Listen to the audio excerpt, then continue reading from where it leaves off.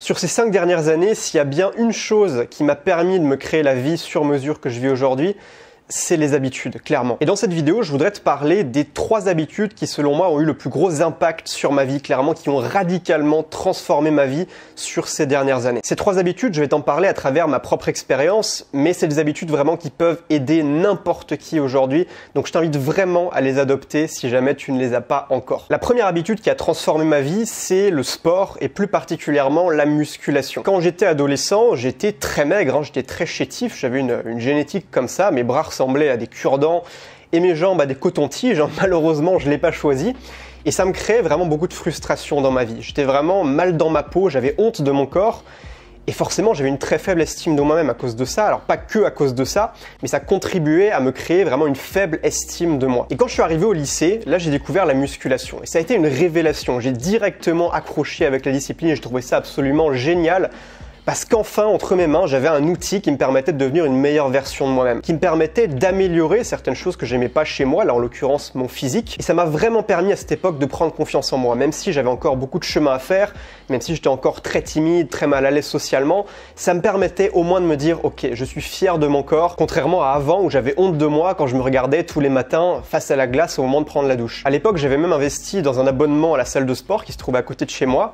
Et quand j'avais un trou dans mon emploi du temps au lycée, j'allais faire ma séance de sport et je faisais comme ça 3-4 séances de sport par semaine et ça m'aidait vraiment à me sentir bien dans ma peau. Après, avec les années, j'ai fait beaucoup de yo-yo, c'est-à-dire il y avait des moments où j'en faisais à fond et je prenais vraiment de la masse musculaire, d'autres périodes où j'arrêtais et forcément je fondais comme un glaçon au soleil. Mais aujourd'hui, au moment où je te fais cette vidéo, j'ai vraiment ancré cette habitude de manière extrêmement solide dans mon quotidien, de faire du sport régulièrement dans la salle de sport, de la musculation. Même si je suis très loin d'être Monsieur Univers, de toute façon c'est pas le but, j'ai pas du tout l'envie de devenir extrêmement musclé.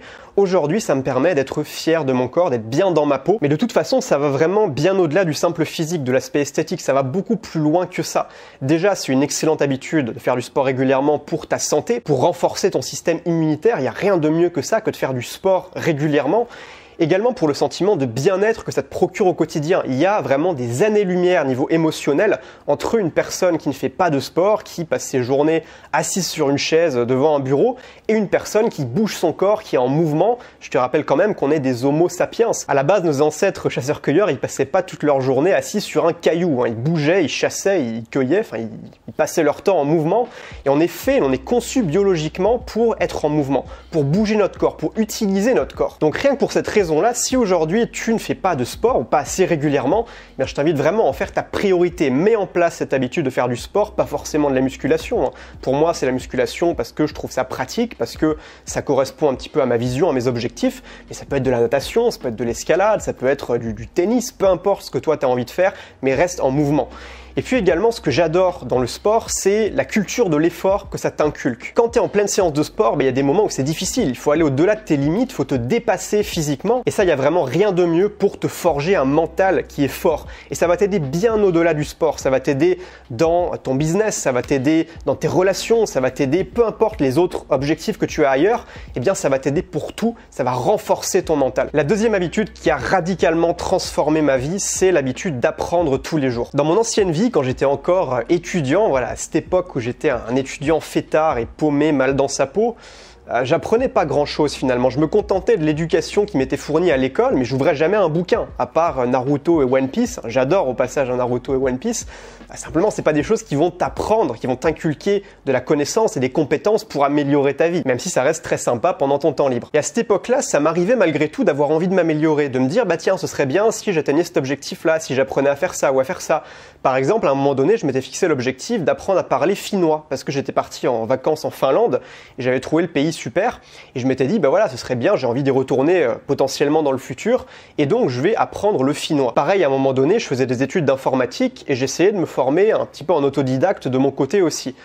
Mais malheureusement, tous ces projets-là, ils tombaient à l'eau finalement, je les laissais tomber au bout de quelques semaines, ça n'avançait pas. Je préférais la petite gratification immédiate, sortir faire la fête, me bourrer la gueule avec mes amis, ou jouer à Dofus ou regarder des vidéos marrantes sur YouTube. Et donc finalement, j'avançais jamais, je développais jamais mes compétences. Et j'avais rien d'exceptionnel, puisque je me contentais de la même éducation que tout le monde, celle qu'on m'inculquait à l'école. Si tu te contentes de l'éducation par défaut et que tu prends pas la responsabilité de te former toi aussi à côté en autodidacte, tu n'auras rien d'exceptionnel dans la vie, t'atteindras jamais un niveau de succès extraordinaire puisque t'es passé par le même chemin que les autres. Donc pour moi, ça a duré comme ça jusqu'en 2015. Et en 2015, c'est l'année où j'ai découvert le développement personnel, notamment grâce au livre Pouvoir illimité d'Anthony Robbins, que je pense beaucoup d'entre vous connaissent déjà. Et à partir de là, exactement comme quand j'ai découvert la musculation, même peut-être encore plus amplifié, ça a été une révélation. Ça m'a littéralement retourné le cerveau. Et d'ailleurs, le livre Pouvoir illimité, je me forçais même à en lire seulement un chapitre par jour parce que je voulais pas aller trop vite, je voulais faire durer le plaisir.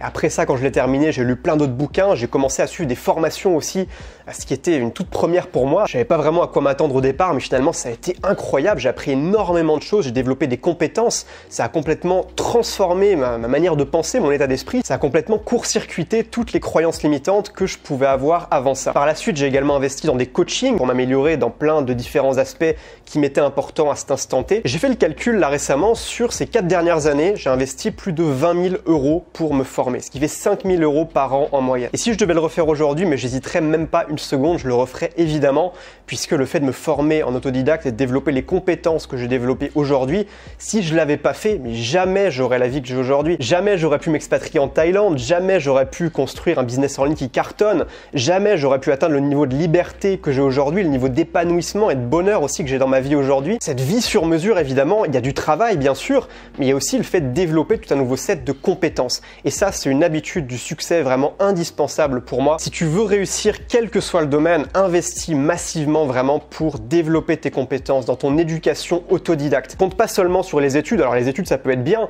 mais si tu te contentes seulement des études, eh bien forcément tu auras le même niveau, disons, que les autres qui font les mêmes études que toi. Mais si tu veux vraiment te démarquer et faire partie du top 1% des meilleurs dans ton domaine, là tu as besoin d'aller plus loin, là tu as besoin de fournir plus d'efforts que la majorité des gens de ton domaine. Et ce processus d'apprentissage, il s'arrête jamais. Il faut constamment être en train d'apprendre dans cette dynamique d'apprentissage toute ta vie. Regarde Warren Buffett par exemple. Alors, je pense que la majorité d'entre vous connaissent Warren Buffett, qui est une des plus grandes fortunes mondiales. Il a 90 ans. C'est un vieux papy, Warren Buffett. Pourtant, il passe la majorité de ses journées à lire des bouquins sur des sujets qui l'intéressent. À 90 balais, il continue de se former en permanence et je pense qu'il faut vraiment prendre exemple là-dessus. La troisième habitude maintenant qui a radicalement transformé ma vie, c'est le travail en profondeur. Peut-être que tu connais ce fameux bouquin Deep Work de Cal Newport, qui est pour moi une des bibles de l'efficacité. Vraiment, n'importe qui aspire à devenir plus productif, plus efficace dans son travail se doit de lire cette bible. Je vais te lire la définition du travail en profondeur ou du Deep Work qui est donnée par l'auteur de ce bouquin. Le travail en profondeur, c'est l'ensemble des activités professionnelles menées dans un état de concentration absolue qui poussent vos capacités cognitives jusqu'à leurs limites. Ces efforts créent de la valeur, améliorent votre savoir-faire et sont difficiles à reproduire. Aujourd'hui, tu l'as remarqué, on vit dans une société dans laquelle les distractions sont absolument partout. Et la pire d'entre elles, elle se trouve directement dans notre poche, c'est le fameux smartphone. Et c'est devenu plus difficile que jamais aujourd'hui de vraiment se concentrer, de fournir un travail extrêmement profond dans lequel on est coupé du monde extérieur, on est coupé de toutes les distractions.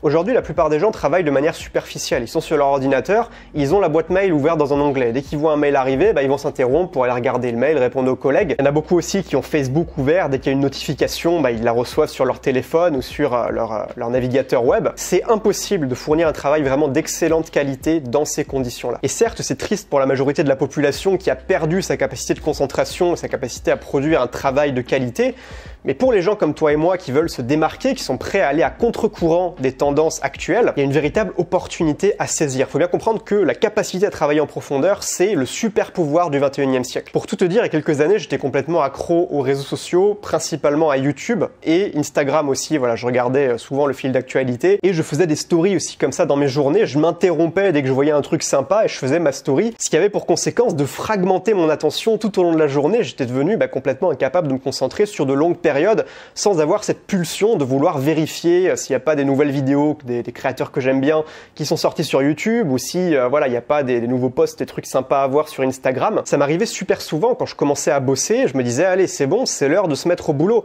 Mais au bout de peut-être 20-30 minutes, j'avais cette pulsion d'aller voir sur YouTube, j'étais sur mon ordinateur, j'ouvrais YouTube, c'était facile d'accès. Et je me retrouvais à regarder des vidéos à la con, des vidéos du plus grand Domino Express du monde, ou des vidéos de bagarres de Grizzly, des trucs comme ça complètement what the fuck, après m'être perdu dans les profondeurs de YouTube. Et bon, dit comme ça a l'air rigolo, mais c'était pas marrant pour moi parce que ça ruinait vraiment ma productivité, ça plombait mon efficacité. Et aujourd'hui, tu le sais peut-être si tu me suis, mais j'ai complètement arrêté les réseaux sociaux, j'ai aussi arrêté de suivre l'actualité, je suis coupé de l'actualité, ça ne m'intéresse plus, je regarde plus ce qui se passe dans le monde, et s'il y a un truc important qui se passe, on me le dit, j'ai pas besoin d'aller voir lemonde.fr ou BFM je sais pas quoi pour être au courant. Et donc maintenant que je suis libéré de toutes ces distractions, je peux fournir un travail de qualité exceptionnelle. Et je dis pas ça pour me la péter, loin de là, c'est juste que c'est la réalité. Aujourd'hui, je suis capable en 2 heures de réaliser ce qui me demandait peut-être 5 ou 6 ou 7 heures avant, quand j'étais distrait par les réseaux sociaux et par autre type de distraction. Là par exemple, cette vidéo, je la fais dans ma 2e session de deep work de la journée, et pendant la première session de deep work, j'ai fait une session de 2 heures et j'ai écrit 3 vidéos en 2 heures. 3 vidéos que je vais tourner comme ça d'affilée là maintenant, et ça j'aurais jamais été capable de le faire avant. Aujourd'hui, je travaille en moyenne 4 à 5 heures par jour, alors ça varie beaucoup, il y a des jours où je travaille beaucoup, 8 heures par jour par exemple, d'autres jours où je travaille juste 1 ou 2 heures si j'ai envie de me détendre ou que j'ai d'autres trucs, mais voilà, je suis très constant, je travaille vraiment tous les jours, et le travail que je fais, c'est toujours du travail de qualité, du travail dans lequel je suis extrêmement concentré. Je me fais des sessions de 2 heures dans lesquelles personne ne peut me déranger, et j'ai le casque à réduction de bruit. Où est-il? Je vais aller le chercher pour te montrer. Ce fameux casque de la marque Sony, je saurais pas te dire la référence parce que c'est un nom bizarre avec des chiffres et des lettres, je ne l'ai pas mémorisé, mais ce casque est très bien, je le mets dans mes sessions de travail avec de la musique relaxante, et ça m'aide vraiment à entrer dans un état de concentration maximale. Et ça a vraiment changé ma vie depuis que je suis capable d'atteindre ce niveau de concentration. Donc pour les personnes ambitieuses, le travail en profondeur, c'est vraiment une capacité qu'il faut développer, c'est une habitude à mettre en place. Il faut déjà apprendre à le faire, à être capable de travailler sans les distractions.